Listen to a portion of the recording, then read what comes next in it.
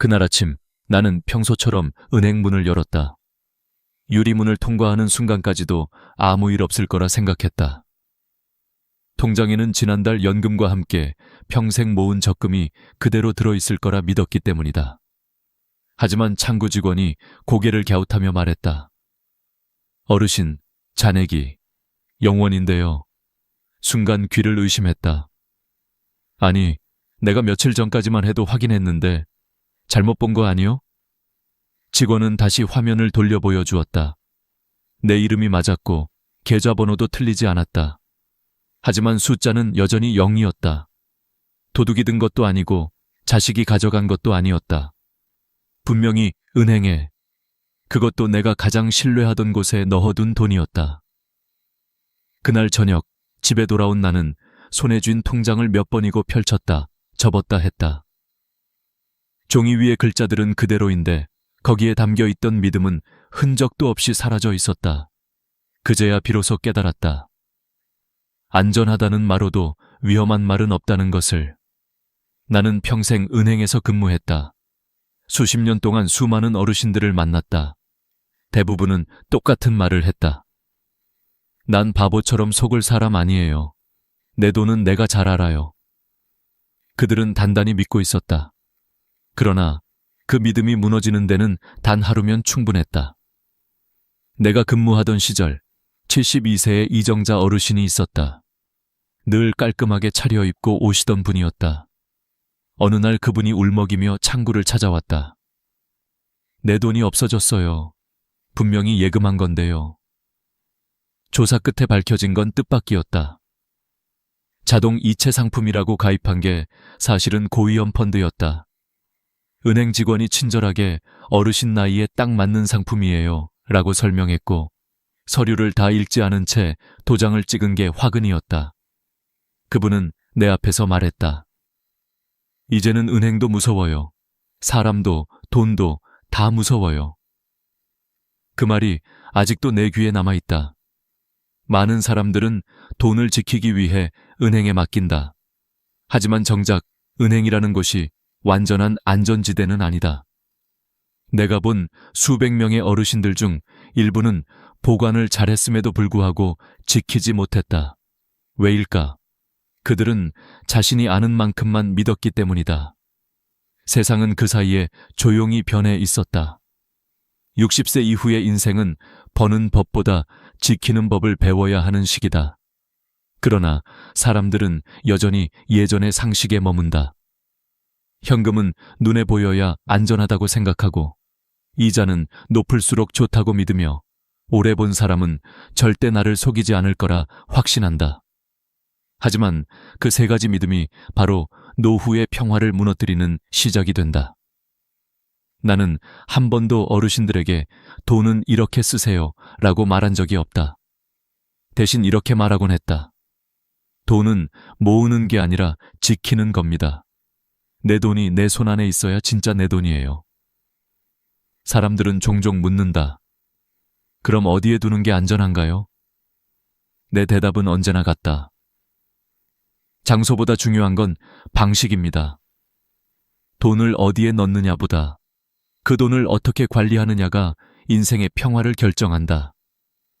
나는 이 영상을 통해 단순히 금융 지식을 나누려는 게 아니다. 평생 모은 당신의 노력이 헛되지 않도록 돕고 싶다. 자식에게 주기 전에, 은행에 맡기기 전에 스스로 점검해야 할 세 가지 질문이 있다. 첫째, 이 돈을 언제든 꺼낼 수 있는가? 둘째, 누가 대신 처리할 수 있는가? 셋째, 나는 지금 진짜 안전을 알고 있는가? 이 세 가지 질문 중 하나라도 모르겠다고 느껴진다면 지금부터 들려드릴 이야기들은 아마도 당신의 인생을 바꿔놓을 것이다. 앞으로 나는 은행에서 직접 보고 들은 실제 사례들을 토대로 어르신들이 가장 자주 저지르는 돈 관리의 실수와 그것을 교묘히 유도하는 말들의 비밀을 하나씩 풀어보려 한다. 그 이야기 속엔 단순한 숫자 이상의 교훈이 있다. 그리고 무엇보다 잊지 말아야 할 것은 돈이 사라지는 건 통장의 숫자가 줄어서가 아니라 믿음을 잘못 둔 순간부터 시작된다는 사실이다. 이제 시작이다. 다음 장에서는 우리가 평생 믿어왔던 첫 번째 착각, 현금은 장롱 속이 제일 안전하다는 생각이 얼마나 위험한 함정인지 그 실체를 보여드리겠다.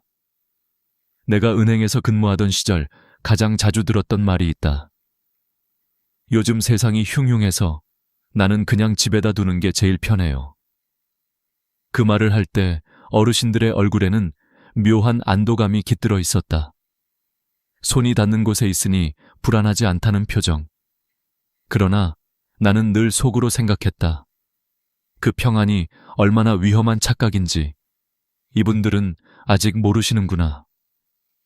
서울 구로구의 78세 김옥분 어르신 이야기를 아직도 잊지 못한다. 그분은 평생 시장에서 장사하며 한 푼 두 푼 모은 돈을 혹시 모르니까라며 현금으로 집에 보관하셨다. 은행도 자식도 믿을 수 없다는 이유였다. 내 눈에 보여야 마음이 놓이지. 그렇게 말씀하시며 돈을 비닐에 싸고 수건으로 감싸서 장롱 속 깊숙이 넣어두셨다. 세월이 흘러 새해쯤 지난 어느 날 급히 손주 등록금을 내야 해서 돈을 꺼내셨다. 그리고 그 순간 비닐 속에서 새까맣게 변한 지폐를 보고 얼어붙었다. 습기에 젖어 서로 달라붙은 지폐들, 곰팡이가 핀 5만 원권, 글자가 희미하게 사라진 1,000원권들. 내 손으로 모은 돈이 썩었어요. 어르신은 울먹이며 그렇게 말했다. 은행에 가져가 보셨지만 절반 이상은 교환 불가 판정을 받았다. 결국 수백만 원이 종이 조각이 돼버렸다. 그분은 내게 물었다. 은행에 맡기면 도둑 맞을까봐 무서웠는데 결국 내 손이 더 무서운 거였네요. 나는 대답하지 못했다. 왜냐하면 그 질문 속에는 단순한 후회가 아니라 평생 쌓아온 신념이 무너지는 순간의 슬픔이 담겨 있었기 때문이다. 많은 분들이 여전히 이렇게 말한다. 은행은 믿을 수 없어. 뉴스 보면 맨날 사기다 뭐다 하잖아. 그 말이 틀린 건 아니다. 그러나 역설적으로 그런 불신이야말로 당신의 돈을 가장 위험하게 만든다. 세상은 이미 바뀌었다. 은행 금고보다 더 위험한 건 장롱 속의 고요한 무지다. 한번 생각해보자. 돈은 단지 종이가 아니다. 시간이고 노력이고 당신의 인생 그 자체다. 그 귀한 시간을 곰팡이 속에 습기 속에 묻어두는 건 결국 자신의 과거를 썩히는 일이다. 그럼에도 불구하고 많은 어르신들이 내 눈에 보여야 마음이 편하다는 이유로 집안에 돈을 둔다. 그러나 그 안도감은 통제, 일루션일 뿐이다. 즉, 통제하고 있다고 느끼지만 실제로는 아무런 대비책이 없는 상태다. 도둑이 들지 않아도, 불이 나지 않아도 세월만으로도 돈은 사라진다. 나는 예전에 한 노부부의 집을 방문한 적이 있다. 오래된 한옥이었고 방 한쪽에 묵직한 나무 장롱이 있었다. 그 안에는 비닐봉지에 쌓인 돈 뭉치들이 가지런히 놓여 있었다. 부인은 말했다. 이게 우리 평생 모은 돈이에요. 애들 몰래요. 그때 나는 조심스럽게 물었다. 왜 몰래 두세요? 그녀는 잠시 망설이다가 이렇게 대답했다. 혹시 애들이 손댈까 봐요. 요즘 세상 믿을 게 어딨어요. 그 말에는 슬픔보다 외로움이 더 짙게 배어 있었다. 나는 그날 깨달았다. 많은 어르신들이 돈을 장롱에 숨기는 이유는 단지 안전 때문이 아니라 세상으로부터의 불신과 외로움 때문이다. 누군가에게 부탁할 수도 나눌 수도 없으니 결국 혼자만의 금고를 만든 것이다. 그러나 아이러니하게도 그렇게 숨겨진 돈은 가장 쉽게 잃어버린다. 어떤 분은 기억이 흐릿해져 돈을 어디에 숨겼는지도 잊는다. 또 어떤 분은 갑작스러운 병으로 입원하며 그 돈이 그대로 남겨진다. 결국 시간이 지나면 그 돈은 그 누구의 것도 되지 못한 채 먼지 속에 사라진다. 그래서 나는 언제나 이렇게 말한다. 돈은 내 눈앞에 있다고 해서 안전한 게 아닙니다. 내 손으로 지킬 수 있는 곳에 있어야 비로소 안전한 겁니다. 지금 이 영상을 보고 있는 여러분, 혹시 집 어딘가에 현금을 숨겨두셨나요? 만약 그렇다면 오늘 밤 꼭 다시 한번 생각해 보시기 바랍니다. 장롱은 돈을 숨겨주지만 시간은 그것을 지켜주지 않습니다. 습기, 곰팡이, 망각, 그리고 세월. 이 네 가지가 여러분의 평생 저축을 갉아먹습니다. 이제 우리는 첫 번째 착각을 바로잡았습니다. 다음 장에서는 또 다른 함정, 이자가 높을수록 좋다는 믿음이 어떻게 평생의 돈을 순식간에 빼앗아 가는지를 이야기해 드리겠습니다. 당신의 돈은 아직 늦지 않았습니다. 오늘부터라도 숨기지 말고 관리하십시오. 그것이 바로 당신의 평생을 지키는 첫걸음입니다. 이자 높은 게 최고지. 누가 바보처럼 낮은 걸 해? 이 말은 은행 창구에서 수없이 들어온 문장이다. 그런데 나는 알고 있었다.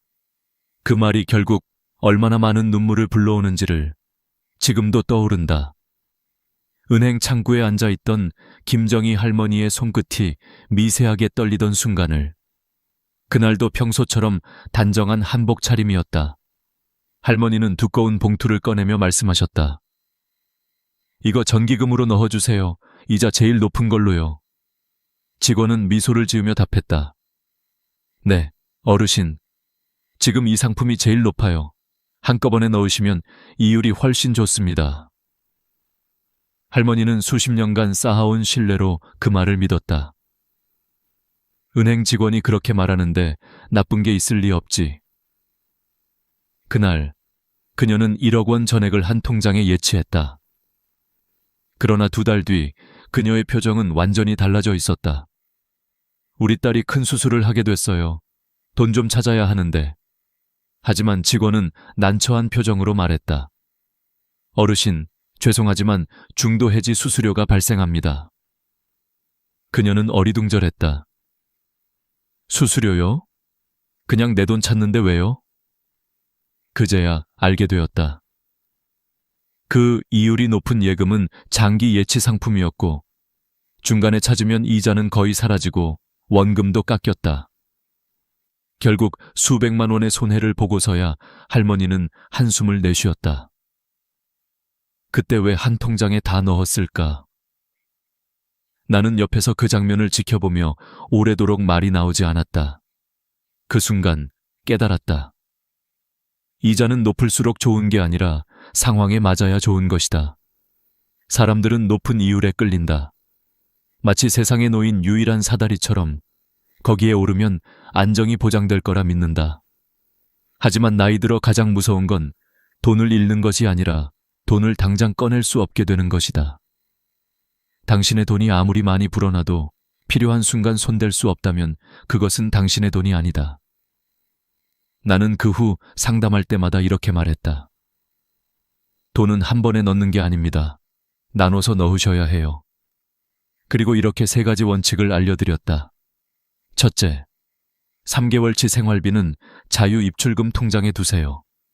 이 돈은 병원비나 급한 용도로 언제든 꺼낼 수 있어야 합니다. 둘째, 비상자금은 중도 해지가 자유로운 통장에 따로 자녀의 갑작스러운 요청이나 예상치 못한 수술비 같은 경우를 대비해야 합니다. 셋째, 장기자금은 그때서야 고이율 예금에 이 돈은 손대지 않아도 되는 여유 자금일 때만 맡기세요. 이 단순한 3가지 원칙만 지켜도 김정희 할머니 같은 눈물을 흘리는 일은 막을 수 있습니다.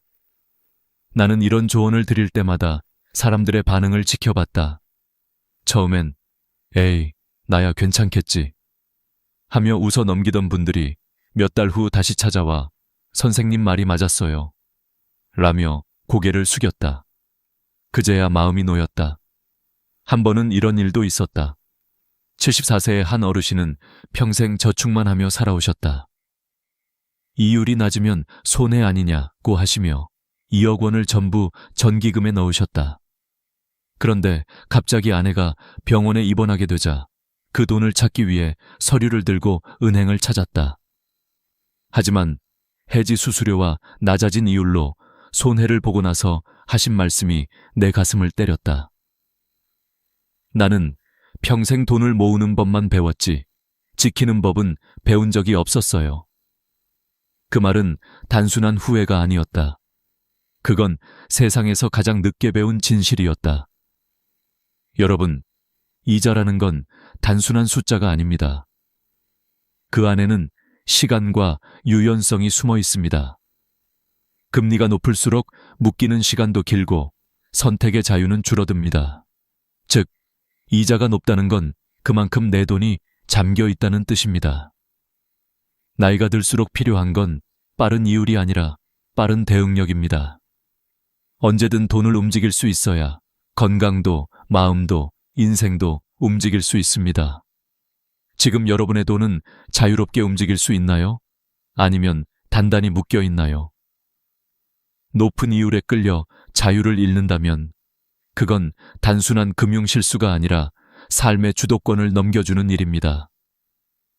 오늘 당신의 선택이 내일의 평화를 결정합니다. 이제 다음 이야기를 통해 믿음이 얼마나 쉽게 배신으로 바뀔 수 있는지, 가장 가까운 사람에게 돈을 맡겼다가 모든 걸 잃은 한 어르신의 이야기를 들려드리겠습니다. 나는 아직도 그날의 통화 목소리를 기억한다. 선생님, 제가 정말 바보 같았어요. 그 사람이 날 그렇게 속일 줄은 몰랐어요. 전화를 건 사람은 79세 김창섭 어르신이었다. 목소리 끝이 떨렸다. 오랜 세월 쌓아온 신뢰가 무너졌을 때 나는 그 어떤 위로의 말도 쉽게 건넬 수 없었다. 김창섭 어르신은 자식이 외국에 나가 있는 홀로 된 분이었다. 동네에서 늘 도와주던 후배가 있었다. 병원 갈 때 차로 태워주고, 장 보러 갈 때 무거운 걸 대신 들어주고, 은행 업무도 종종 같이 봐주었다. 그 후배는 늘 이렇게 말했다. 형님, 요즘 세상 흉흉하잖아요. 인감도장이나 등기 같은 건 미리 정리해 두셔야 해요. 제가 복사해서 보관해 드릴게요. 그 말에 어르신은 망설이지 않았다. 고마웠기 때문이다. 그래, 이 사람은 나를 진심으로 도와주는구나. 며칠 뒤 어르신은 인감증명서와 통장 사본을 건넸다. 그 후로 몇 달이 지나고 어느 날 통장 잔액을 확인하러 갔다. 잔고는 거의 비어 있었다. 심지어 자신이 모르는 대출이 승인된 기록도 있었다. 아니, 내가 언제 이런 걸... 그제야 깨달았다. 모든 건 그 믿었던 사람이 저지른 일이었다. 신고를 했지만 이미 늦었다. 그 사람은 연락이 끊겼고 돈은 회복되지 않았다.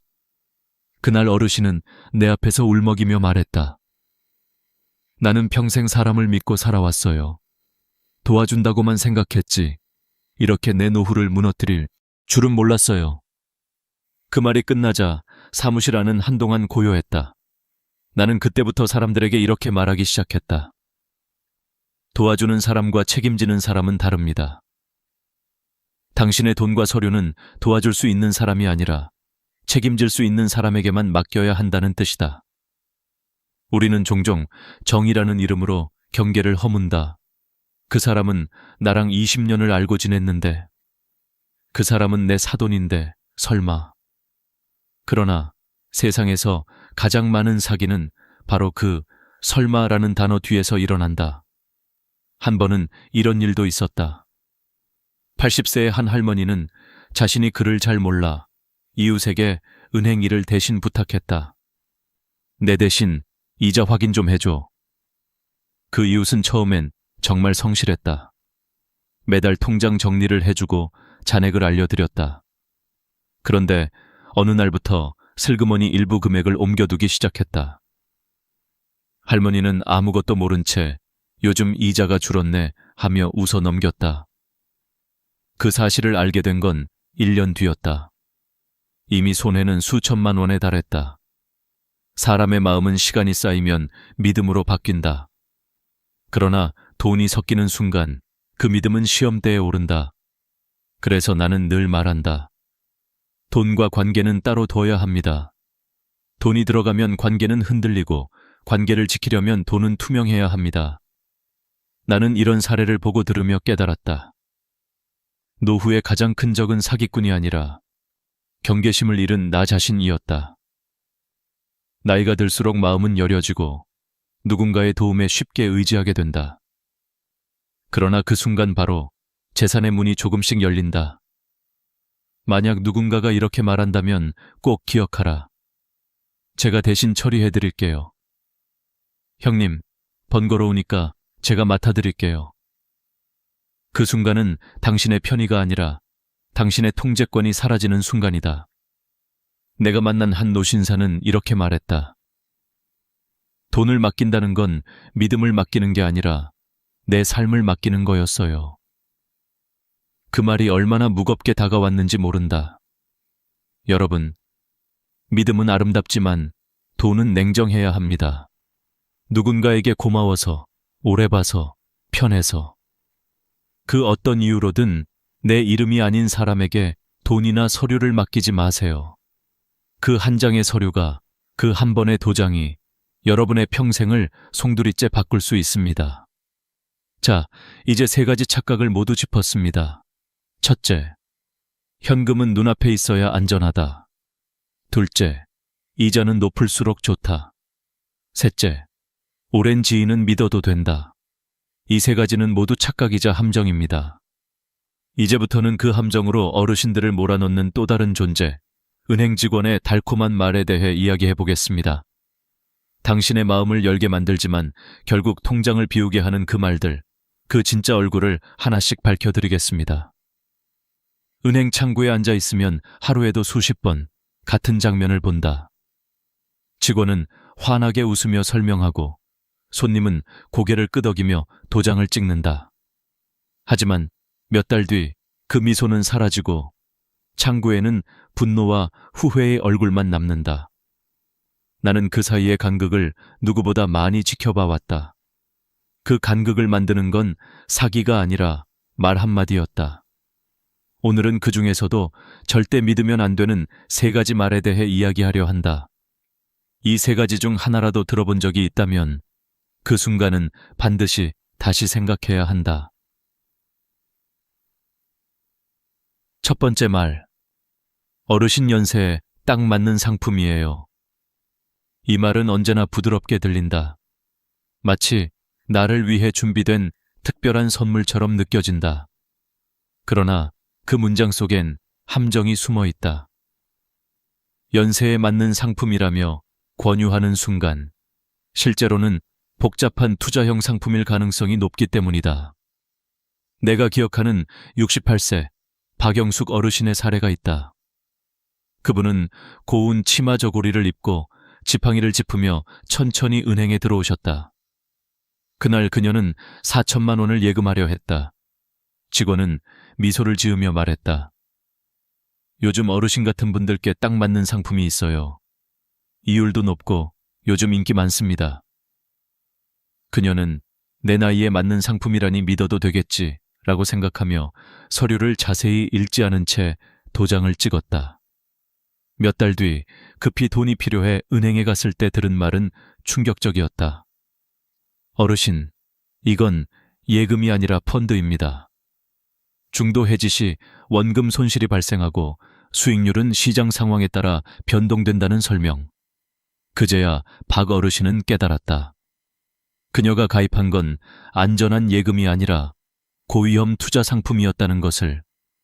그날 그녀는 조용히 말했다. 나는 그저 예금한다고 생각했어요. 도대체 언제 이렇게 어려운 세상이 된 걸까요? 여러분, 당신 나이에 딱 맞는 상품이라는 말은 결코 위로가 아닙니다. 그건 판매를 위한 포장일 가능성이 높습니다. 은행 직원의 말이 아니라 계약서의 글자를 믿어야 합니다. 두 번째 말. 오늘 안 하면 손해예요. 금리 떨어집니다. 이건 거의 모든 지점에서 월말마다 들을 수 있는 마법의 주문이다. 사람의 마음을 급하게 만드는 가장 효과적인 말이기 때문이다. 경기도 고양시에 사는 69세 최인숙 어르신이 그 말을 들었다. 그녀는 퇴직금을 잠시 맡길 생각으로 은행에 갔다. 그때 직원이 조용히 말했다. 지금 금리 높은 상품이 있는데요. 오늘까지예요. 내일부터 조건이 바뀝니다. 이건 특별히 어르신께만 드리는 기회예요. 그 말을 듣자 마음이 급해졌다. 오늘 안 하면 손해라니, 기회를 놓치면 안 되겠지. 그녀는 충분히 알아보지도 않은 채 서명했다. 하지만 그것은 단순한 예금이 아니었다. 보험과 펀드가 결합된 상품, 원금 손실이 가능한 고위험형이었다. 3개월 후 통장 잔액을 확인하고 그녀는 멍하니 말했다. 내가 왜 이렇게 서둘렀는지 모르겠어요. 여러분, 진짜 좋은 상품은 절대 서두르지 않습니다. 설명을 충분히 하고 가족과 상의할 시간을 줍니다. 오늘만 가능하다는 말은 대부분 지금 아니면 가입 안 할 걸 알기 때문에 나오는 말입니다. 그 오늘이 지나가면 대부분 아무 일도 일어나지 않습니다. 세 번째 말. 자녀분께는 말씀 안 하시는 게 좋습니다. 처음 들으면 이 말은 배려처럼 느껴진다. 괜히 자녀분이 간섭하면 복잡해지니까 어르신만 알고 계시면 됩니다. 하지만 이 말이야말로 가장 위험한 멘트다. 서울 은평구 74세 윤경자 어르신이 그랬다. 직원이 그 말을 하자 이건 나만을 위한 혜택이구나라고 생각했다. 그녀는 가족에게 알리지 않고 계약서에 사인했다. 그러나 몇 달 후 예금을 찾으려 하자 그것은 예금이 아니라 변액보험이었다. 6년 이상 유지해야 하며 중도 해지 시 수수료만 200만 원이었다. 그녀는 자녀들에게 말도 못하고 며칠을 울었다.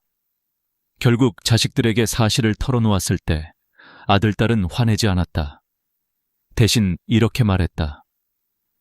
엄마, 왜 혼자 하셨어요? 무슨 일이 있어도 우리한테 먼저 말해주세요. 그 말에 윤경자 어르신은 눈시울을 붉혔다. 여러분, 좋은 금융 결정일수록 혼자 하지 마세요. 지금 아니면 안 된다. 가족에겐 비밀로 하라는 말이 들리는 순간 반드시 한 걸음 물러서세요. 그 한 걸음이 여러분의 10년 노후를 지켜줍니다. 이 세 가지 문장 꼭 기억하세요. 어르신 연세에 딱 맞는 상품이에요. 오늘 안 하면 손해예요. 자녀분에겐 말씀 안 하시는 게 좋습니다. 이 말이 나오는 순간 귀보다 먼저 마음을 닫으셔야 합니다. 이제 우리는 마지막으로 그 모든 잘못된 믿음과 실수를 바로잡고 당신의 평생 자산을 스스로 지키는 가장 확실한 방법을 이야기하겠습니다. 이제 여러분도 아셨을 겁니다. 돈은 모으는 것보다 지키는 게 훨씬 어렵다는 걸요. 한평생 절약하며 모은 돈이 단 하루의 실수로 사라질 수 있다는 걸요.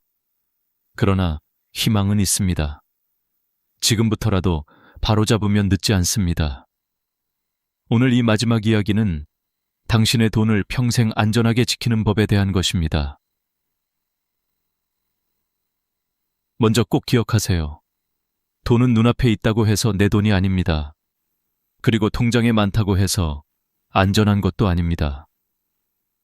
진짜 내 돈은 내가 언제든 꺼내 쓸 수 있는 돈, 그리고 내가 책임질 수 있는 구조로 관리되는 돈입니다. 어느 날 한 어르신이 나에게 이런 말씀을 하셨다. 나는 돈을 장롱에 숨겨뒀어요. 아무도 못 찾게요. 그 말 속에는 불안과 외로움이 섞여 있었다. 그는 자식에게조차 말 못하고 혹시라도 누가 알까 두려워 매번 잠을 설치셨다. 하지만 정작 그 돈은 세월과 습기에 썩어갔다. 그때 나는 조용히 말씀드렸다.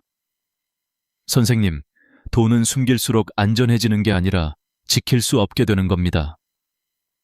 돈은 보관이 아니라 관리입니다. 눈으로 보는 게 아니라 흐름 속에서 지켜야 하는 생명체와 같습니다. 둘째, 나눠두세요. 한 통장에 다 넣는 건 절대 안전하지 않습니다. 인생은 언제든 예상치 못한 일이 생깁니다. 병원비, 가족의 사고, 갑작스러운 수리비. 그럴 때 한 통장에 모든 돈이 묶여 있다면 그 돈은 단지 숫자일 뿐 힘이 아닙니다. 나눠야 합니다. 생활비, 비상금, 장기자금, 이렇게 세 가지로 나누는 겁니다. 생활비는 자유롭게 꺼낼 수 있게, 비상금은 중도 해지가 가능한 곳에, 그리고 장기 자금만이자 높은 예금에 넣어두세요. 이 단순한 원칙 하나로 수많은 분들이 인생을 바꿨습니다. 내가 만난 한 83세 할머니는 이렇게 말씀하셨죠. 선생님 말대로 나눠두니까 마음이 편해요. 이젠 무슨 일이 생겨도 당황하지 않아요. 그 웃음을 본 순간 나는 확신했습니다. 돈을 나누는 건 불안이 아니라 평화를 나누는 일이라는 걸요. 셋째, 혼자 결정하지 마세요. 가족이든 전문가든 믿을 수 있는 사람과 상의하세요. 누군가가 이건 가족에게 비밀로 하세요 라고 말하는 순간 그건 당신의 이익이 아닌 그 사람의 이익을 위한 거래일 가능성이 큽니다. 진짜 좋은 금융 결정은 투명합니다. 가족이 알아도 문제없고 오히려 함께 확인할수록 더 안전합니다. 한 번은 이런 일이 있었다. 어느 76세 어르신이 보험 상품을 잘못 가입해 손해를 보셨다. 그때 아들이 계약서를 보고 놀라며 이렇게 말했다. 엄마, 이건 누가 봐도 손해예요. 왜 혼자 하셨어요? 그녀는 미소 지으며 대답했다. 나도 이제는 어른이니까 나 혼자 결정해 보고 싶었어. 그 말에 아들은 눈시울이 붉어졌다. 그녀는 자존심을 지키려 했지만 결국 그 자존심이 재산을 잃게 했다. 그래서 나는 늘 이렇게 말한다. 혼자 결정하는 용기보다 함께 점검하는 지혜가 더 값집니다. 넷째, 절대 서두르지 마세요. 오늘 안 하면 손해예요 라는 말에 흔들리지 마세요. 진짜 좋은 기회는 당신을 기다립니다. 하지만 당신의 돈은 결코 오늘만의 기회에 걸 만큼 가볍지 않습니다. 은행 직원이 급하게 서류를 내밀 때 그 순간 한 번만 더 물어보세요. 내일 해도 되나요? 그 한마디가 수천만 원을 지켜줍니다. 다섯째, 모르는 서류는 절대 도장 찍지 마세요. 노후를 지켜주는 건 도장 하나의 신중함입니다. 직원이 아무리 친절하게 설명해도 이해되지 않는다면 반드시 가져가세요. 집에서 천천히 읽어보고 가족에게 보여주세요. 서류의 글자는 작지만 그 안의 약속은 평생을 바꿉니다. 이제 마지막으로 드리고 싶은 말이 있습니다. 돈은 모은 사람이 잘한 게 아니라 끝까지 지켜낸 사람이 진짜 현명한 사람입니다. 그 한 번의 선택, 그 한 번의 신중함이 당신의 10년 노후를 바꿉니다. 당신의 돈은 당신의 삶이고 당신의 시간이며 당신의 자유입니다. 그걸 절대 아무에게도 맡기지 마세요. 오직 당신 자신만이 지킬 수 있습니다. 오늘 이야기를 끝까지 들어주신 여러분께 진심으로 감사합니다. 혹시 이 이야기가 마음에 남으셨다면 가족이나 친구와 꼭 나눠주세요. 그 한 번의 공유가 한 가정의 노후를 지켜줄 수도 있습니다. 그리고 기억하세요. 현금은 숨긴다고 안전하지 않고 이자는 높다고 좋은 게 아니며 믿음은 오래됐다고 지켜지는 게 아닙니다. 여러분의 돈은 관리로 지키고 여러분의 삶은 지혜로 빛날 수 있습니다. 오늘부터 그 한 걸음을 시작하세요. 당신의 노후는 아직 늦지 않았습니다. 당신의 지혜가 내일의 평안을 만듭니다. 다음 영상에서는 여러분의 자산을 더욱 안전하게 지키는 사기 예방과 상속 관리법을 다룰 예정입니다. 놓치지 않도록 구독과 좋아요, 알림 설정을 꼭 눌러주세요. 여러분의 평안한 내일을 위해 저는 다시 찾아오겠습니다. 건강하고 지혜로운 하루 보내세요. 감사합니다. 서울의 번화한 명동거리에서 장을 보기 위해 줄을 서 있다고 상상해 보세요. 어깨에 편안하게 걸친 핸드백이나 재킷 주머니에 지갑을 넣어둔 채 저녁 메뉴를 고민하거나 앞사람과 가벼운 대화를 나누고 계십니다. 그런데 불과 3초 만에 은행 계좌에서 돈이 사라집니다. 누군가 부딪히지도 않았고 카드를 꺼내지도 않았으며 스마트폰에 알림도 울리지 않았습니다. 며칠 뒤 은행 장부를 확인하니 기억에 없는 작은 금액의 청구가 줄줄이 나타납니다. 이미 피해는 발생한 후입니다.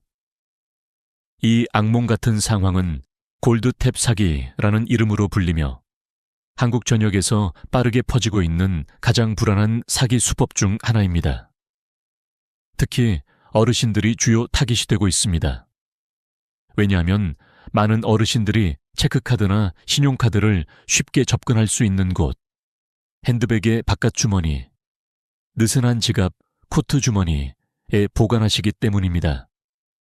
범죄자들은 여러분이 편리함을 중시한다는 점을 악용합니다.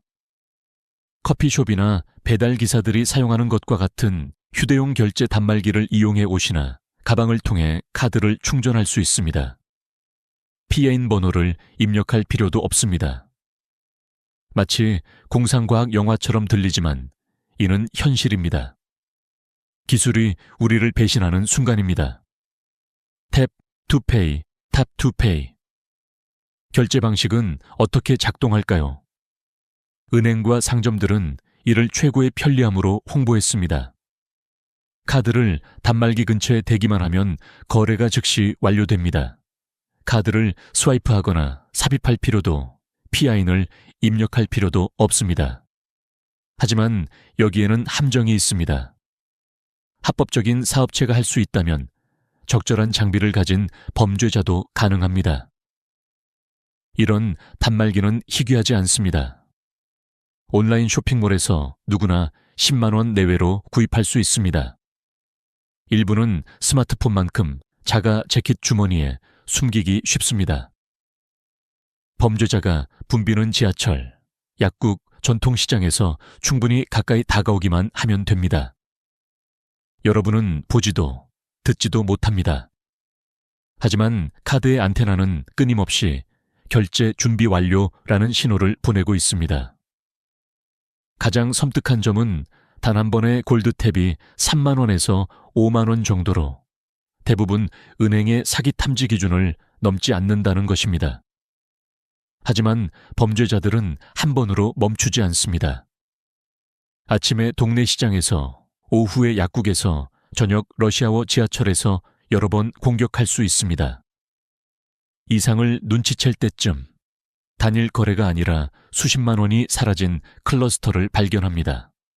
물리적인 카드를 훔치지 않았기 때문에 많은 피해자들이 처음에는 자신을 의심합니다. 온라인에서 뭔가를 샀다가 잊었나? 지난주 점심때 결제한 건가? 범죄자들은 바로 이 망설임을 노립니다. 생각해보세요. 한국에서 발급된 거의 모든 현대 체크카드와 신용카드는 NFC 근거리 무선통신 기능을 탑재하고 있습니다. 카드에 작은 물결 모양의 기호가 있다면 무선 결제가 가능하다는 뜻입니다. 편리하지만 카드가 끊임없이 신호를 방출한다는 의미이기도 합니다. 기능을 의도적으로 비활성화하거나 카드를 차폐하지 않는다면 마치 열린 수표책을 들고 누군가 서명하기를 기다리는 것과 같습니다. 최근 부산에 사는 퇴직 간호사 김영희 씨 74세와 이야기를 나눴습니다. 그녀는 부산 서면의 한 축제에 다녀온 후 18만 원의 미스터리 청구를 발견했습니다. 모든 구매는 6만 원 미만으로 방문하지 않은 상점에서 발생했습니다. 은행에 전화했더니 거래가 유효해 보인다는 답변을 들었습니다. 칩과 탭 기술이 설계대로 작동했기 때문입니다. 김영희 씨는 충격받았습니다.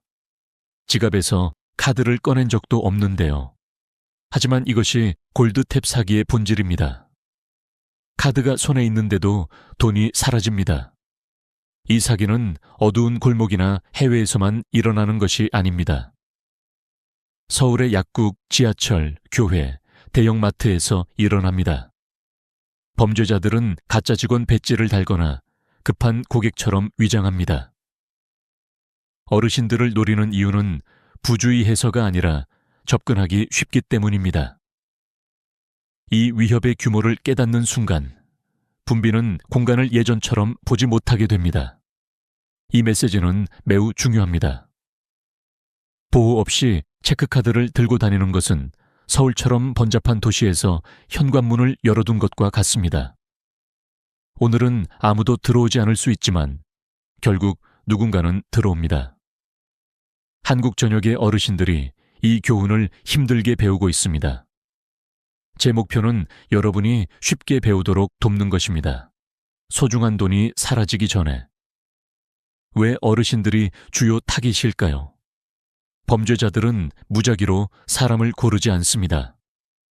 그들은 기회, 습관, 패턴을 찾습니다. 안타깝게도 한국의 어르신들은 이 패턴에 딱 맞습니다. 부주의에서가 아니라 일상이 예측 가능하기 때문입니다. 여러분이 소지품을 어떻게 들고 다니시는지 생각해 보세요. 많은 어르신들이 지갑을 코트 주머니나 팔에 느슨하게 걸친 핸드백에 넣으십니다. 약국 카운터에서 영수증을 찾느라 가방을 내려놓으실 수 있습니다. 도서관에서 게시판을 읽으며 지갑을 테이블에 올려놓으실 수 있습니다.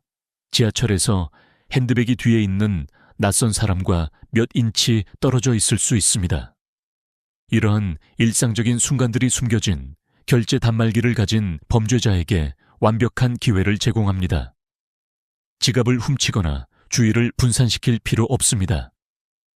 단 3초 동안 가까이 다가가기만 하면 됩니다. 기술에 대한 친숙도도 문제입니다. 대부분의 어르신들은 탭투페이가 무엇인지 아십니다. 마트 계산대에서 보셨을 겁니다. 하지만 카드가 지갑에 있어도 이 기능이 항상 켜져 있다는 사실을 모르시는 분이 많습니다. 스와이프나 삽입과 달리 탭 결제는 의식적인 행동이 필요 없습니다. 카드는 범위 내의 어떤 기기에든 신호를 보냅니다. 범죄자들은 이 오해를 악용합니다. 많은 어르신들이 카드를 물리적으로 넘기지 않았으니 결제가 불가능하다고 가정하십니다. 이 잘못된 안심이 그들이 파고드는 틈입니다. 저는 어르신들이 많이 모이는 환경을 의도적으로 노리는 사례를 다뤘습니다. 평일 아침 동네 마트, 노인복지관의 경로당 모임, 약국에서 처방약을 받는 시간. 범죄자들은 직원처럼 보이는 가짜 배지나 클립보드를 들고 자연스럽게 움직입니다. 친구와 대화하거나 동전을 세느라 정신없을 때 그들의 장치가 가방 근처를 스치고 돈이 조용히 사라집니다. 대전의 이정수 씨, 68세는 한 오후에 25만 원을 잃었습니다. 2개의 상점에서 4번의 공격을 받았지만 이상을 깨달을 때까지 몰랐습니다. 또 다른 문제는 인식의 차이입니다. 범죄자들은 어르신들이 작은 무허가 청구를 빨리 발견하지 않을 것이라 믿습니다. 많은 분들이 매일 은행 앱을 확인하지 않거나 종이 명세서가 몇 주 뒤 도착할 때까지 기다리십니다. 이 지연은 범죄자들에게 황금 같은 시간입니다. 10만 원 미만으로 여러 번 공격할 수 있고 은행의 사기 탐지 시스템에 걸리지 않습니다. 광주의 한 여성, 박미경 씨, 70세는 거의 한 달 동안 골드탭 청구를 모르고 60만 원을 잃었습니다. 4만 원 여기, 6만 원 저기 방문하지 않은 상점에서 발생한 청구들이었습니다. 한국의 어르신들은 젊은이들보다 더 조심스러운 경우가 많습니다. 지출을 꼼꼼히 확인하시고 영수증을 2번 점검하시며 지갑을 안전하게 들고 다니십니다. 하지만 골드탭은 이 모든 경계를 우회합니다. 속임수에 의존하지 않고 카드에 내장된 기술에 의존하기 때문입니다. 범죄자들은 경계심이 강한 어르신들도 24시간 신호를 방출하는 시스템에 취약하다는 것을 알고 있습니다. 이 타깃팅이 특히 교활한 이유는 보이지 않는 느낌 때문입니다. 피해자들은 종종 자신을 의심합니다. 커피를 샀다가 잊었나? 체크아웃에서 실수로 탭했나? 이런 자책은 범죄자들에게 유리합니다. 자신을 의심할수록 계좌가 더 오래 비워집니다. 명확히 말씀드리자면 한국에서 60세 이상이시라면 이 사기의 최전선에 계십니다. 약점 때문이 아니라 예측 가능성 때문입니다. 범죄자들은 여러분의 일상, 기술에 대한 신뢰, 지연된 발견을 노립니다. 따라서 지식이 힘입니다. 어떻게, 왜 타깃이 되는지 이해하면 통제를 되찾을 수 있습니다. 의심스러운 청구를 발견했다고 해서 싸움이 끝나는 것은 아닙니다. 많은 어르신들이 은행이 자동으로 모든 돈을 환불해 줄 거라 기대합니다. 하지만 안타깝게도 항상 그렇지 않습니다. 한국의 전자금융거래법은 무허가 거래를 보호하지만 골드탭 거래는 법적으로 회색 지대에 있습니다. 물리적인 카드가 존재하고 비접촉 기능이 설계대로 작동했기 때문에 일부 은행은 이를 허가된 거래로 간주합니다. 피아인 거부, 클론 카드, 해킹된 온라인 계좌가 없습니다. 시스템 관점에서 모든 것이 정상으로 보입니다. 이것이 범죄자들이 악용하는 허점입니다. 기술뿐만 아니라 사기를 증명하는 복잡함에 의존합니다. 저는 클라이언트들이 은행의 가짜 청구에 스크린샷을 보여줘도 이 구매를 하신 게 확실합니까? 라는 답변을 듣는 사례를 봤습니다. 인천의 한 여성 최수진 씨 72세는 은행이 가족이 암시적 허가로 카드를 사용했을 수 있다고 제안한 사례를 겪었습니다. 부산의 한 남성 윤태호 씨 69세는 이상을 발견한 지 10일 만에 보고했지만 계약서의 미세한 글씨가 48시간 내 보고를 요구해 환불을 거부당했습니다. 그때 범죄자들은 28만 원을 들고 사라졌고 은행은 책임을 회피했습니다. 한국에는 강력한 소비자 보호법이 있습니다. 전자금융거래법은 적시에 보고하면 무허가 거래에 대해 책임을 지지 않는다고 명시합니다. 하지만 핵심은 무허가라는 단어입니다. 은행이 거래가 카드 시스템의 정상 규칙을 따랐다고 주장하면 조사를 미루거나 증거를 요구하거나 청구를 완전히 거부할 수 있습니다. 이는 많은 어르신들이 자신이 하지 않은 일에 비난받는 느낌을 받게 합니다. 타이밍도 중요한 요소입니다. 사기를 발견한 후 이 영업일 내에 보고하면 책임이 5만 원으로 제한됩니다. 더 오래 기다리면 책임이 50만 원으로 늘어나고 명세서 발송 후 60일이 지나면 모든 돈을 잃을 수 있습니다. 범죄자들은 이 지연을 노립니다. 많은 어르신들이 종이 명세서에 의존하며 매일 은행 앱을 확인하지 않는다는 것을 알고 있습니다. 은행은 또한 숫자 게임을 합니다. 3만 원 청구 하나는 그들에게 적극적으로 조사할 가치가 없습니다. 하지만 여러분에게는 이러한 작은 청구가 빠르게 쌓입니다. 저는 70대 부부 이영철 씨와 김옥순 씨를 대리했는데 그들은 골드탭 시리즈로 90만 원을 잃었습니다. 은행은 절반만 환불하고 나머지는 합법적 지출처럼 보인다고 했습니다.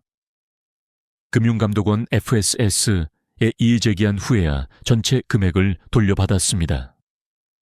그들은 은행과의 싸움이 돈을 잃는 것보다 더 큰 스트레스였다고 말했습니다. 이 법적 함정을 이해하는 것이 중요한 이유입니다. 예방이 최선의 방어지만 피해자가 되었을 때 속도와 문서화가 여러분의 동맹입니다. 카드 뒷면의 사기 신고 번호로 즉시 전화하세요. 케이스 번호를 요청하고 담당자 이름, 시간, 그들이 한 말을 모두 기록하세요.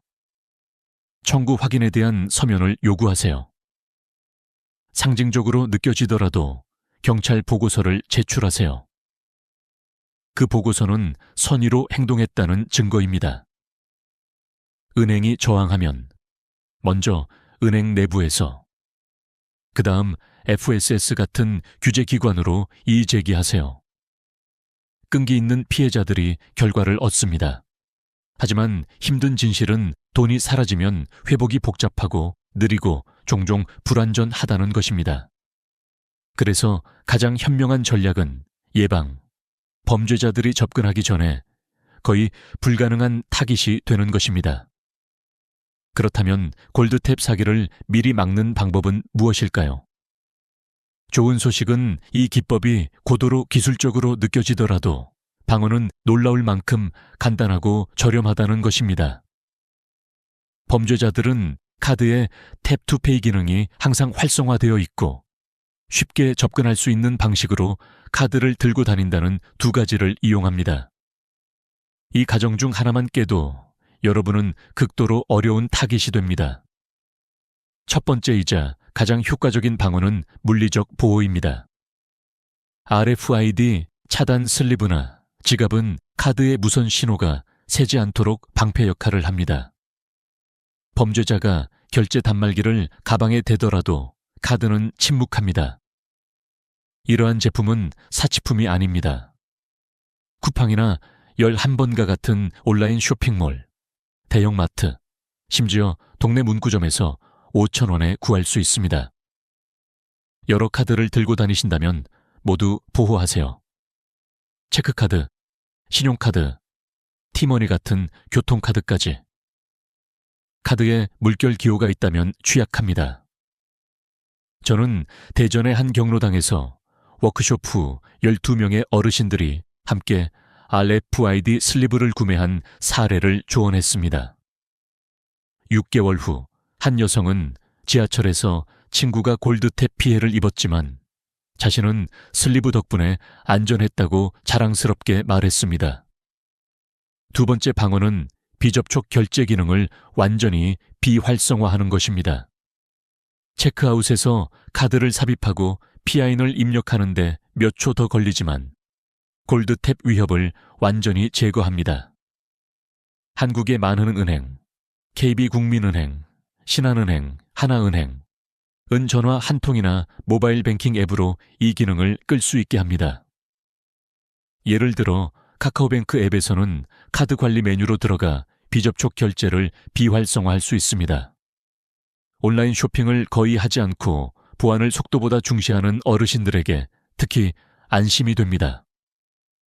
광주의 퇴역군인 박철수 씨 71세 는 5초 더 걸리는 게 50만 원 잃는 것보다 낫다고 했습니다. 그의 카드는 이제 물리적으로 삽입해야만 작동하며 밤에 더 편안히 잠을 잡니다. 세 번째 전략은 카드를 어떻게 들고 다니는가입니다. 안쪽 주머니, 지퍼가 달린 핸드백 칸 또는 범죄자가 불편하게 가까이 다가와야 하는 곳에 보관하세요. 골드탭은 사람들이 자연스럽게 스치는 붐비는 공간에서 번창합니다. 서울 지하철, 2호선 러시아워나 명동거리, 전통시장처럼요. 카드가 더 깊이 묻혀 있다면 여러분은 더 이상 쉬운 타깃이 아닙니다. 범반주의, 자들은 빠르고 저위험한 타격을 원합니다. 그들을 힘들게 하면 다른 사람으로 넘어갑니다. 저는 서울의 한 어르신, 윤미영 씨, 97세, 에게 가방을 항상 몸 앞쪽에 두라고 조언했습니다. 그녀는 이후 홍대 근처에서 쇼핑 중 안전했다고 말했습니다. 네 번째 습관은 계좌에 대한 경계입니다. 매일 은행 앱을 열어 최근 거래를 훑어보세요. 1분도 걸리지 않습니다. 골드탭 도둑들은 의도적으로 10만 원 미만, 종종 2만 5만 원으로 유지해 무시되기를 바랍니다. 절대 그러지 마세요. 의심스러운 거래가 보이면 즉시 행동하세요. 카드 뒷면에 사기 신고 번호로 전화하고 케이스 번호를 요구하며 모든 것을 문서화하세요. 속도가 모든 차이를 만듭니다. 제 클라이언트 중 한 명, 부산의 정은주 씨, 59세는 32,000원의 이상 청구를 발견하고 같은 날 보고해 은행이 48시간 내에 환불했습니다. 그 신속함이 추가 피해를 막았습니다. 만약 모든 예방책에도 불구하고 피해자가 된다면 어떻게 해야 할까요? 첫 번째로 은행에 사기 신고 부서에 전화해 카드를 즉시 잠그세요. 보고에 대한 서면 확인을 요청하세요. 그 다음 경찰서에 가서 보고서를 작성하세요. 모든 작은 범죄자를 추적하지는 않더라도 이는 케이스를 강화하는 공식 기록입니다. 모든 것을 문서화하세요. 시간, 담당자 이름, 청구, 스크린샷. 은행이 저항하면 FSS 금융감독원 외 온라인 신고 시스템을 통해 이의 제기하세요. 체계적이고 끈기 있는 피해자들이 결과를 얻습니다. 예를 들어 인천의 한 부부는 80만 원 피해를 입었지만 FSS에 신고하고 3개월간 싸운 끝에 전액 환불받았습니다. 그들은 자녀의 도움을 받아 앱 설정을 변경하고 이후 안전했다고 전했습니다. 예방은 단순한 도구나 앱이 아니라 마음가짐에 관한 것입니다. 골드탭 사기는 비밀과 놀라움으로 번창합니다. 그 작동 방식을 이해하고 기본적인 단계를 취하면 범죄자들의 이점을 빼앗을 수 있습니다. RFID, 차단 슬리브, 비활성화된 탭 기능, 더 안전한 지갑 보관 방식, 매일 거래 확인. 이것들로 여러분은 사실상 면역이 됩니다. 이 모든 것을 실천하면 어떤 느낌일지 상상해 보세요. 분비는 마트에서 불안하지 않고 이상 청구를 두려워하지 않으며 은행이 의심하는 답변에 좌절하지 않습니다. 대신 여러분은 통제력을 가집니다. 여러분은 준비되어 있습니다. 이제 여러분께 도전 과제를 드리인세. RFID 차단 슬리브 구매. 오늘 밤 잠들기 전에 쿠팡이나 11번개에서 5,000원짜리 RFID 차단 슬리브를 주문하세요. 가족이나 자녀에게 도움을 요청할 수도 있습니다. 비접촉 결제 비활성화. 은행에 전화하거나 앱에서 탭투페이 기능을 끄세요. 예를 들어 신한은행 앱에서는 카드 설정, 비접촉 결제, 비활성화를 선택하세요. 안전한 보관. 카드를 지퍼 달린 주머니나 안쪽 포켓에 넣어 범죄자가 접근하기 어렵게 하세요. 일일 계좌 확인. 매일 카카오뱅크나 네이버페이 앱으로 거래를 확인하세요. 알림을 설정하면 더 편리합니다. 이 간단한 단계들은 부담이 아니라 방패입니다. 이를 통해 여러분은 가장 쉬운 타깃에서 가장 어려운 타깃으로 바뀝니다. 이 경고가 눈을 뜨게 했다면 이 메시지를 가족, 이웃, 친구와 공유하세요. 골드탭 사기는 침묵 속에서만 작동합니다. 함께 인식을 퍼뜨리고 습관을 만들어 이 보이지 않는 도둑질이 여러분과 소중한 사람들에게 절대 닿지 않도록 합시다. 안전하게, 경계하며 지내세요. 여러분은 범죄자들이 믿고 싶어 하는 것보다 훨씬 큰 보호의 힘을 가지고 있습니다. 새벽 6시, 한 남자가 욕실 문 앞에서 멈춰섰다. 평생 건강하다고 자부하던 68세 김민호 씨였다. 손에는 양치컵이 들려 있었지만 손끝이 자꾸 미끄러졌다.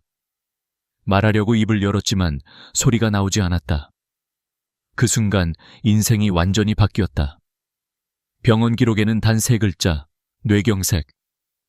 나는 30년 동안 수천 명의 뇌혈관 환자를 진료하면서 이 장면을 수도 없이 봐왔다. 그때마다 듣는 말이 있다.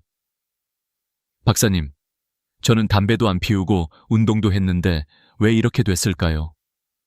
그 물음은 언제나 마음 한쪽을 아프게 만든다. 사람들은 흔히 뇌졸중을 예고 없이 갑자기 오는 병이라고 생각한다. 그러나 실제로는 그렇지 않다. 대부분은 조용히 오랜 시간에 걸쳐 몸속에서 준비된다. 젊을 때부터 쌓인 식습관, 혈압 조절의 실패, 그리고 우리가 매일 사용하는 기름 한 스푼이 서서히 혈관을 막아가는 것이다. 예전에는 혈관이 터지는 뇌출혈이 더 많았다. 짜게 먹고 스트레스에 시달리며 혈압을 방치하던 시절이었다. 그러나 요즘은 완전히 반대다.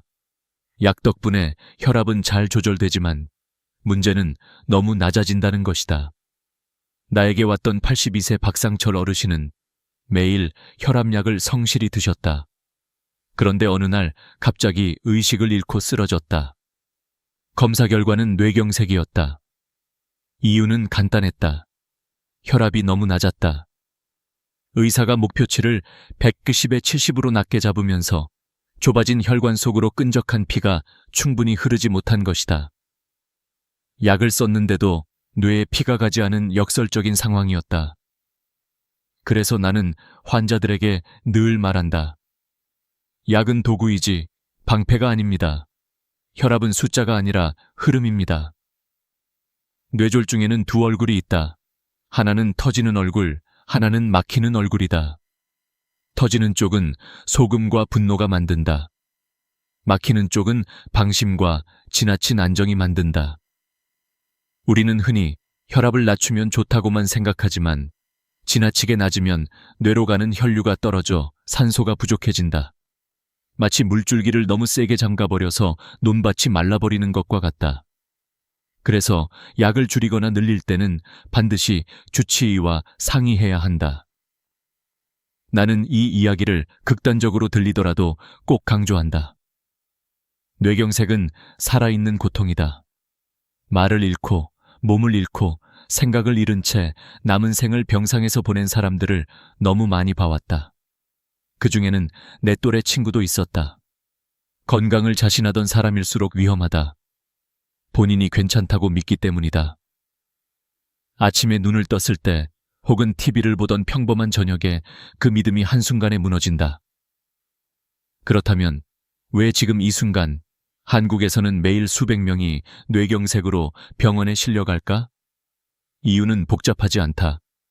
혈관이 좁아지고 피가 탁해지고 기름이 잘못됐기 때문이다.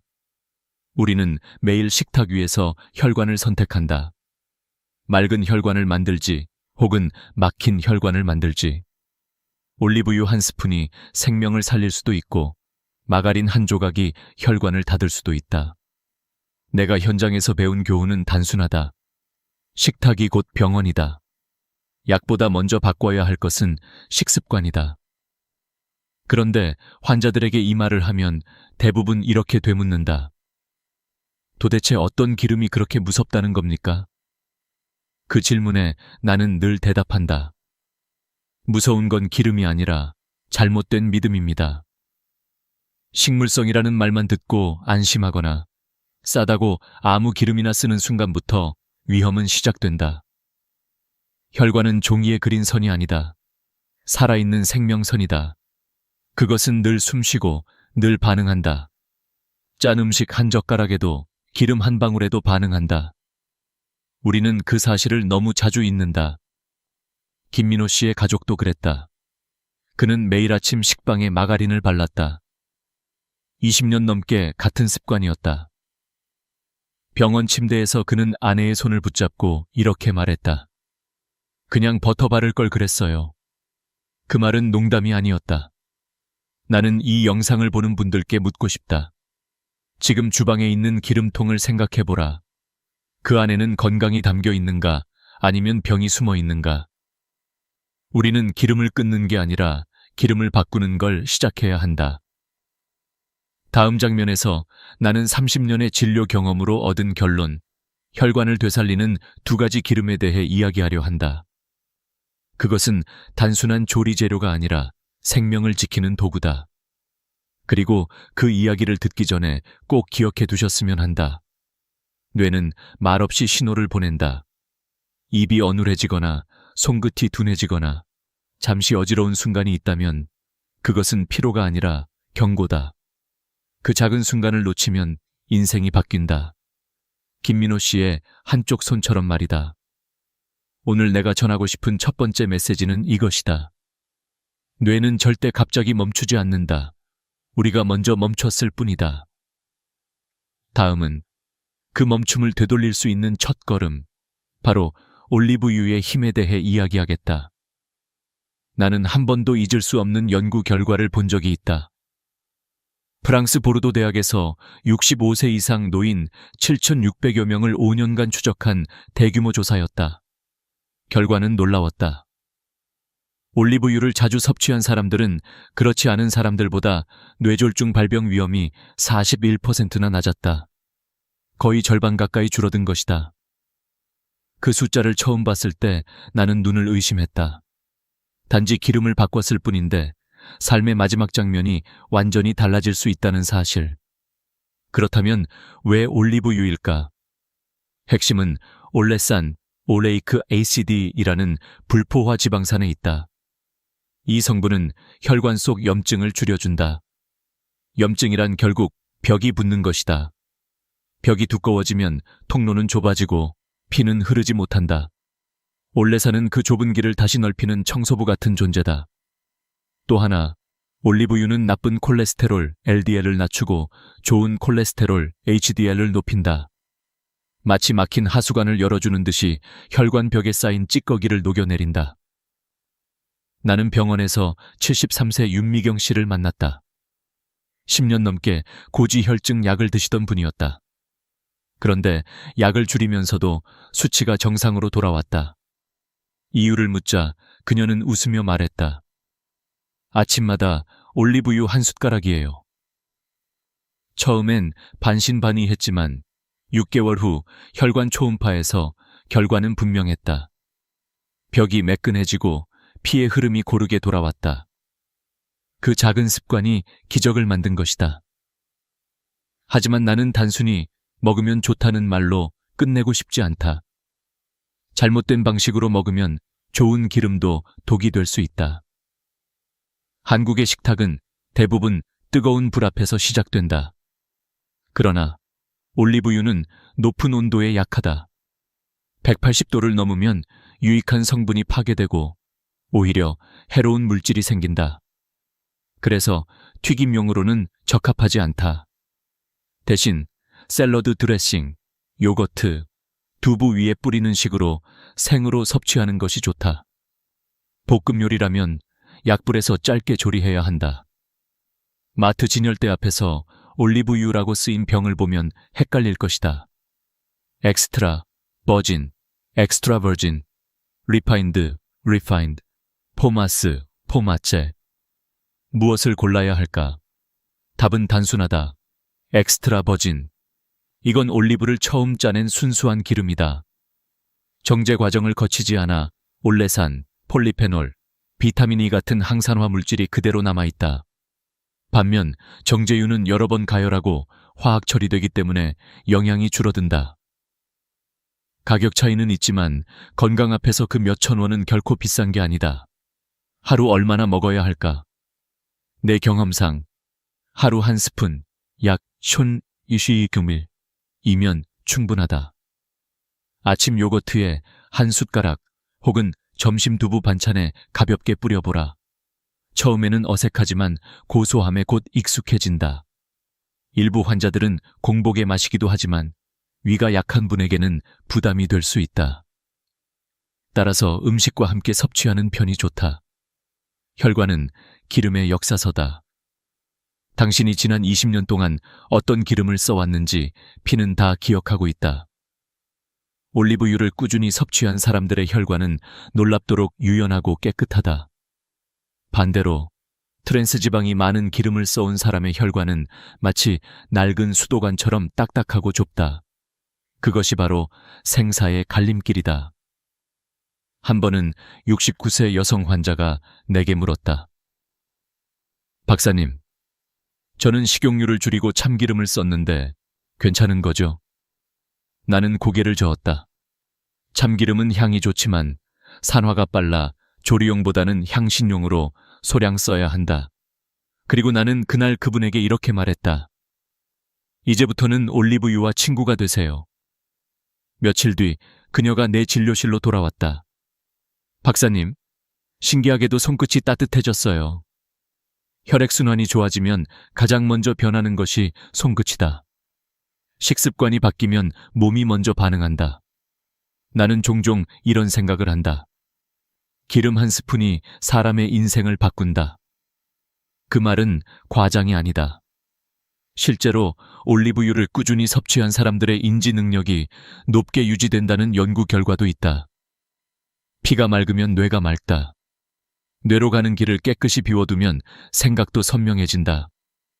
그러나 여기서 멈출 수 없다. 뇌를 위한 기름은 하나 더 있다. 그것은 올리브유보다 더 깊고 더 조용하게 뇌를 지킨다. 이름하여 들기름이다. 들기름에는 바다를 닮은 영양소, 식물성 오메가3가 가득하다. 그리고 나는 그 기름이야말로 한국인의 밥상에 꼭 맞는 두 번째 생명의 기름이라고 믿는다. 한국의 부엌에서 들기름 냄새는 오래된 기억처럼 익숙하다. 어머니가 봄나물에 살짝 두르던 그 고소한 향, 김을 구울 때 퍼지던 그 냄새 말이다. 하지만 대부분의 사람들은 들기름을 단순히 향내 좋은 나물용 기름 정도로만 생각한다. 그러나 나는 단언한다. 그것은 향기가 아니라 약이다. 내가 30년간 환자들을 돌보며 깨달은 가장 놀라운 진실 중 하나가 바로 여기에 있다.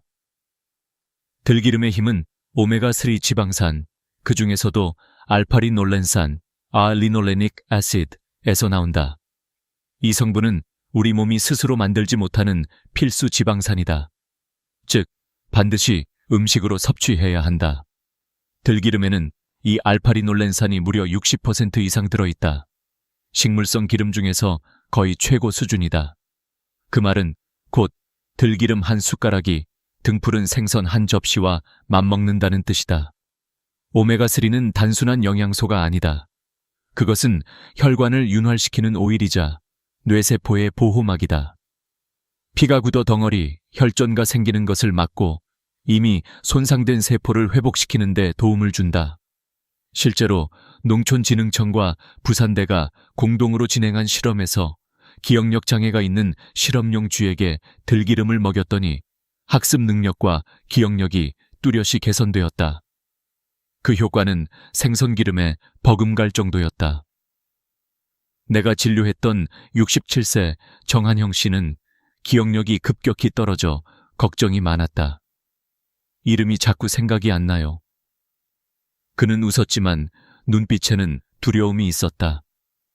나는 매일 들기름 한 숟가락을 식단에 추가해보라고 권했다. 석 달 뒤 다시 만났을 때 그는 이렇게 말했다. 이상하게 요즘은 사람 이름이 잘 떠올라요. 머리가 맑아진 기분이에요. 그때 나는 확신했다. 들기름은 뇌를 위한 음식이었다. 들기름은 뇌뿐 아니라 혈관에도 강력한 보호막을 만든다. 오메가3가 혈액 속 염증을 가라앉히고 끈적한 피를 부드럽게 풀어준다. 특히 혈전 생성을 억제하는 효과는 올리브유보다도 강하다. 피가 묽어지면 혈압도 안정되고 심장 부담도 줄어든다. 한 연구에서는 여성들이 하루 1구 이상의 오메가3를 섭취했을 때 심혈관 질환 위험이 눈에 띄게 감소했다고 보고했다.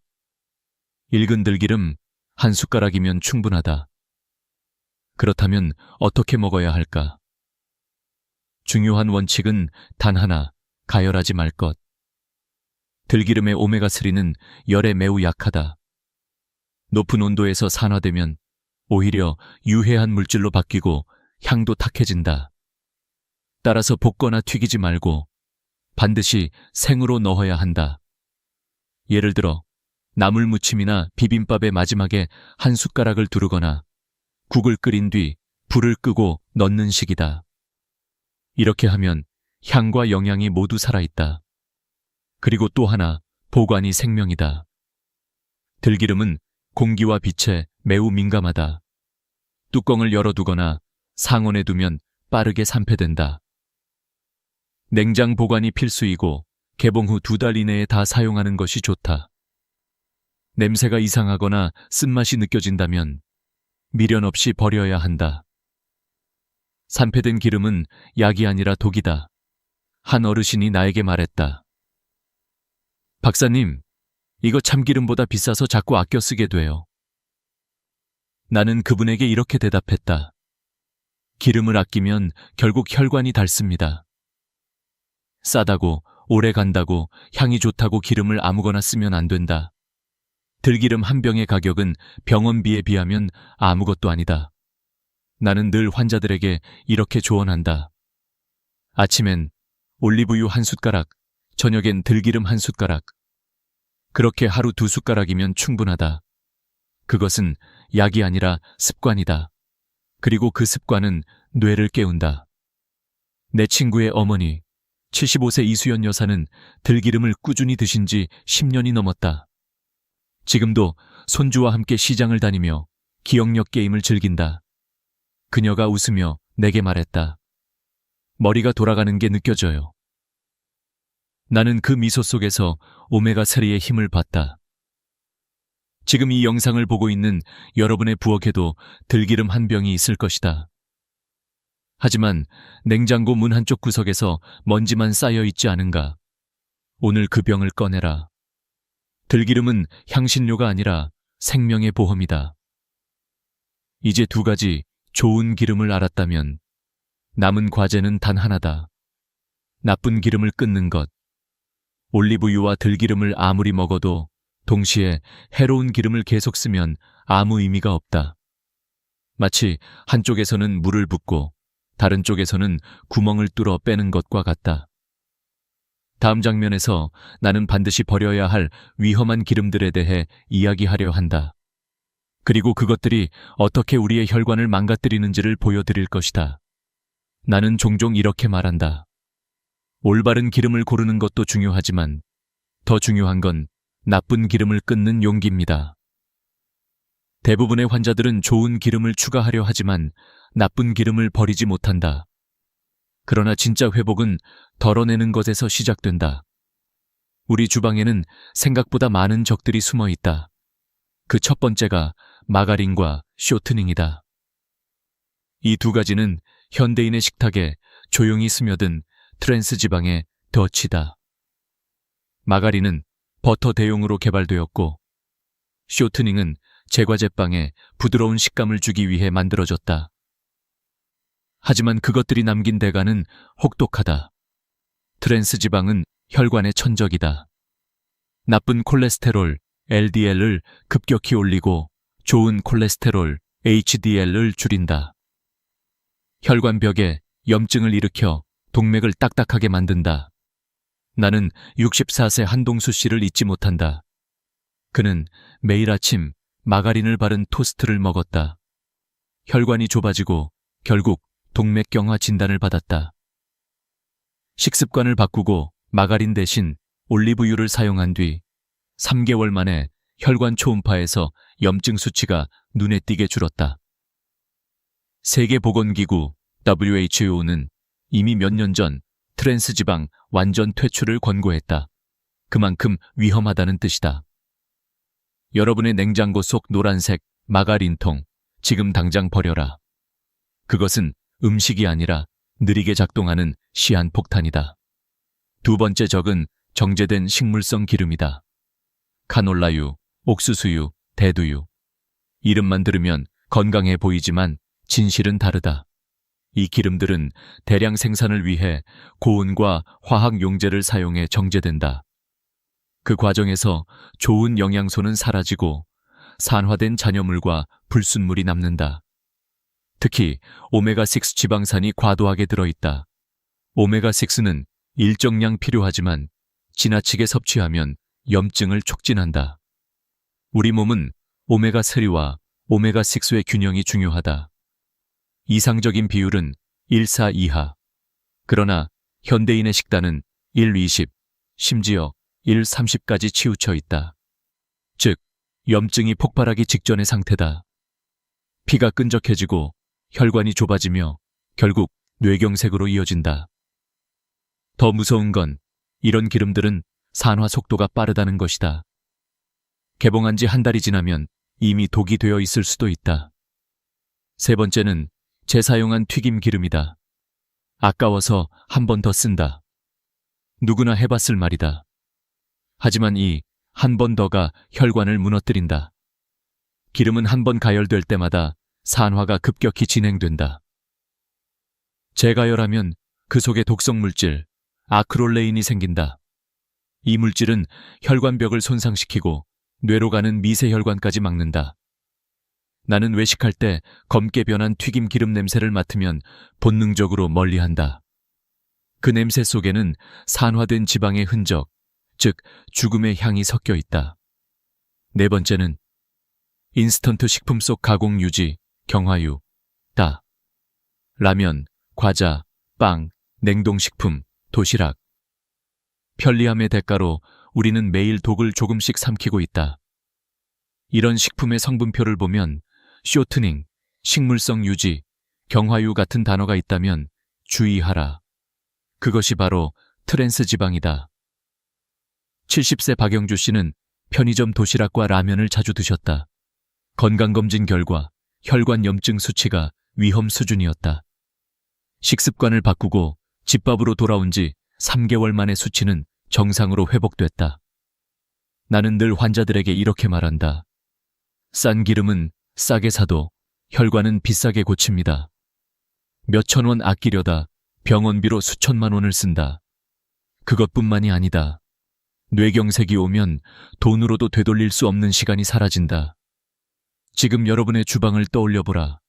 카놀라유, 옥수수유, 마가린, 오래된 튀김기름.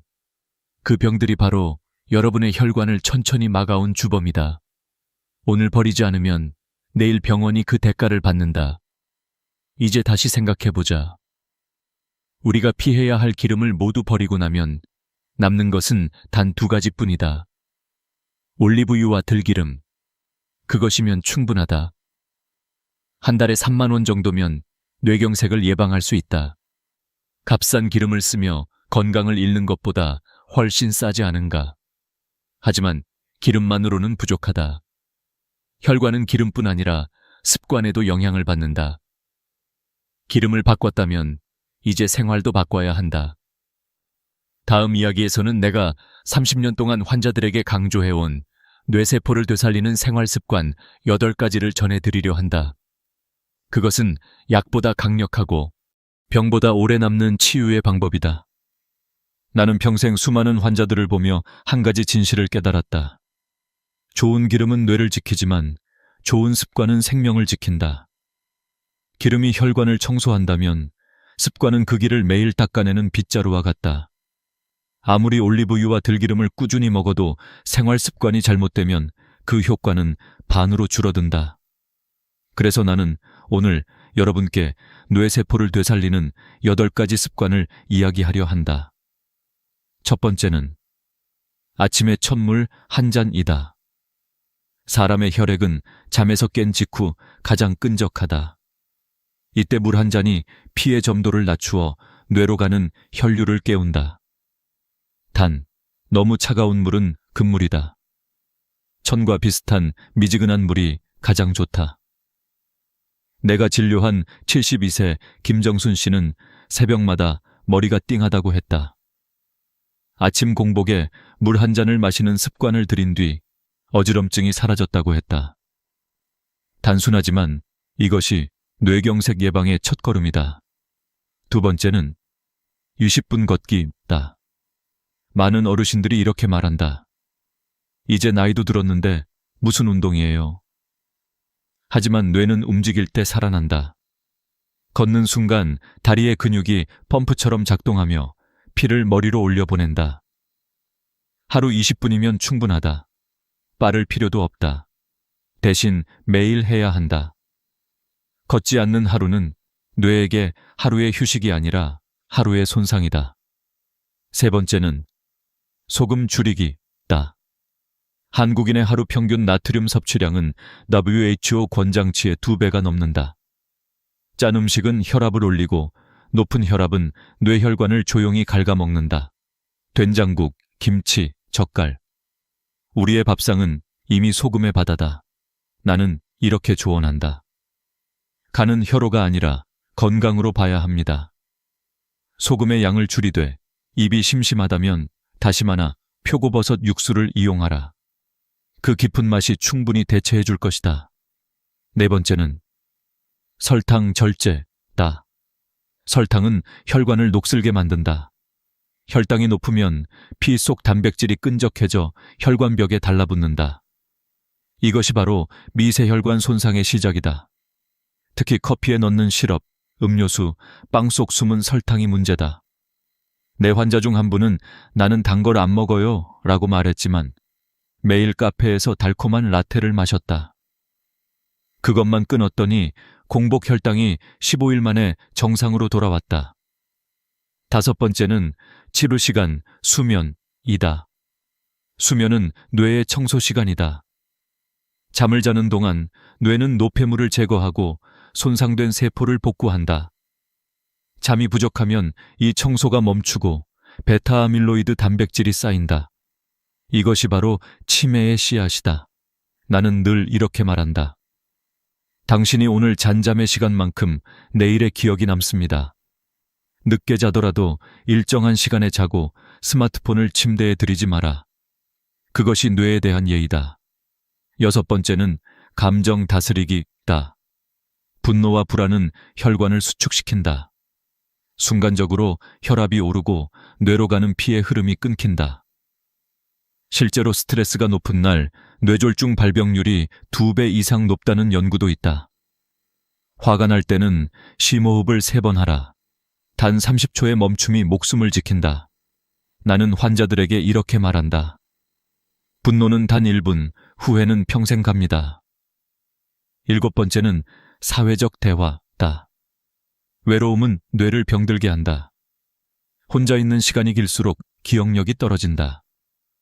연구에 따르면 대화를 자주 나누는 노인은 그렇지 않은 사람보다 치매 발병률이 30% 낮았다. 하루 한 번이라도 전화 한 통, 문자 한 줄이 뇌를 깨운다. 안부 묻는 것이 최고의 예방약입니다.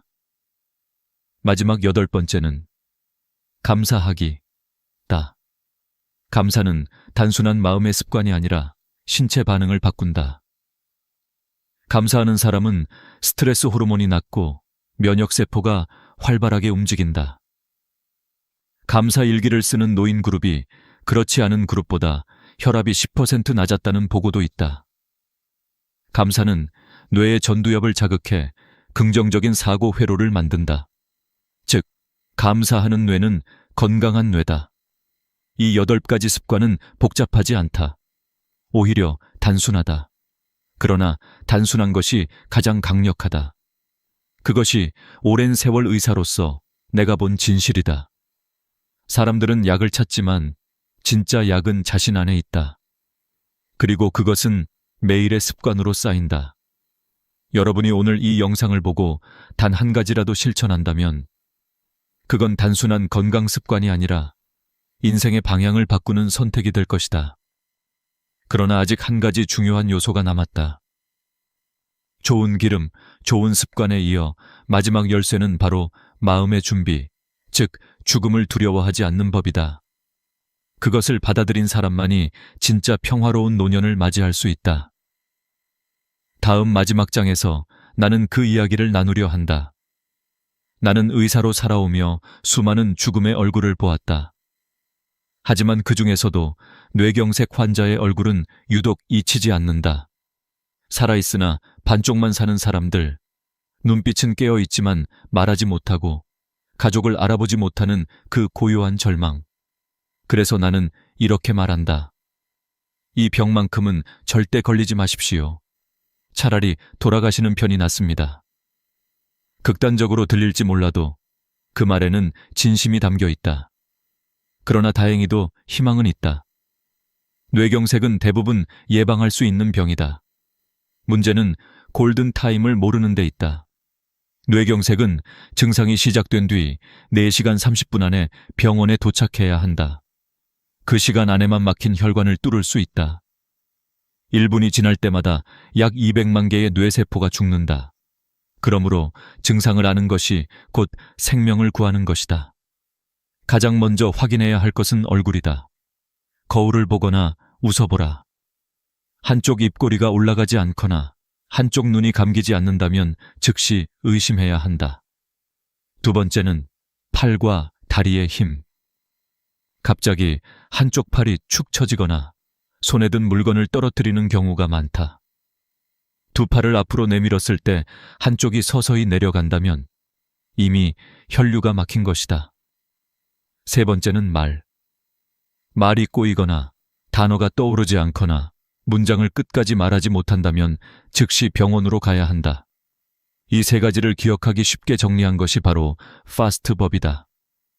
face, 얼굴의 비대칭, arm, 팔의 무력, speech, 말의 이상, time, 시간 내 치료 하나라도 해당된다면 지체하지 말고 119를 부르라. 많은 이들이 좀 쉬면 괜찮아지겠지 하며 시간을 허비한다. 하지만 그 조금의 시간이 생과 사를 가른다. 뇌경색은 기다려주지 않는다. 그 외에도 갑작스러운 두통은 위험 신호다. 평생 겪어보지 못한 통증이 뒷머리를 강타한다면 바로 병원으로 가야 한다. 또 시야가 흐려지거나 한쪽 눈이 안 보이는 현상, 갑작스러운 어지럼증과 구토, 한쪽으로 쏠리는 균형 감각의 상실도 모두 뇌경색의 전조다. 이런 증상들은 잠깐 나타났다 사라질 수도 있지만 그 순간이 바로 작은 경고다. 대부분의 대형 뇌경색은 이 작은 경고를 무시한 뒤에 온다.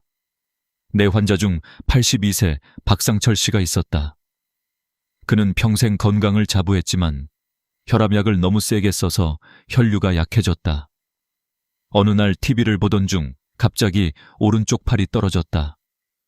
다행히 가족이 파스트법을 알고 있어 20분 만에 병원에 도착했고 응급치료를 받아 후유증 없이 회복했다. 그는 퇴원하며 내게 이렇게 말했다. 박사님, 제가 살아있는 건 아내 덕분이에요. 그날 그 얼굴을 알아봤거든요. 나는 고개를 끄덕였다. 그것이 바로 지식이 생명을 구한 순간이었다. 그러므로 여러분, 뇌졸중의 전조를 기억하라. 그리고 배우고 나누라. 가족들에게 이 영상을 함께 보게 하라. 노모의 얼굴, 남편의 손, 아내의 말투 속에서 이상이 느껴진다면 주저하지 마라. 그 한 통의 전화가 평생의 후유증을 막는다. 지금까지 이야기한 모든 것은 결국 한 가지로 귀결된다. 삶은 관리다. 좋은 기름을 선택하고 나쁜 기름을 끊고 건강한 습관을 쌓으며 경고 신호를 잊지 않는 것. 이 네 가지가 뇌를 살리고 가족의 웃음을 지킨다. 건강은 거창한 것이 아니다. 올리브유 한 숟가락, 들기름 한 숟가락, 물 한 잔, 산책 20분. 이 작은 행동들이 모여 인생을 바꾼다. 나는 수많은 환자들을 통해 그 기적을 봐왔다. 여러분도 오늘 바로 시작하라. 지금 이 영상을 보고 있는 당신, 부엌의 기름병을 다시 살펴보라. 마가린, 카놀라유, 오래된 튀김기름이 있다면 지금 버려라. 대신 올리브유 한 병, 들기름 한 병을 두라. 그것이면 충분하다. 단돈 3만 원으로 수천만 원짜리 병을 막을 수 있다. 무엇보다 당신의 가족의 눈물을 막을 수 있다. 그리고 마지막으로 부탁드린다. 이 영상을 공유하라. 당신의 한 번의 클릭이 누군가의 생명을 구할 수 있다. 댓글로 여러분의 이야기를 들려달라. 나는 이렇게 바꿨더니 좋아졌다. 우리 가족이 이렇게 회복했다. 그 경험이 또 다른 가족의 희망이 된다. 건강은 혼자 지킬 수 없다. 함께 지켜야 오래간다. 우리 모두가 서로의 의사가 되고 서로의 등불이 된다면 한국의 노년은 더 이상 병상이 아니라 삶의 현장이 될 것이다. 오늘 하루도 건강하게, 감사하게 살아가길 바란다. 여러분의 뇌, 여러분의 혈관, 여러분의 삶. 지금 이 순간부터 다시 시작하라. 그리고 이 채널을 구독하고 좋아요를 눌러라. 내일은 또 다른 이야기로 여러분의 건강을 지키러 오겠다.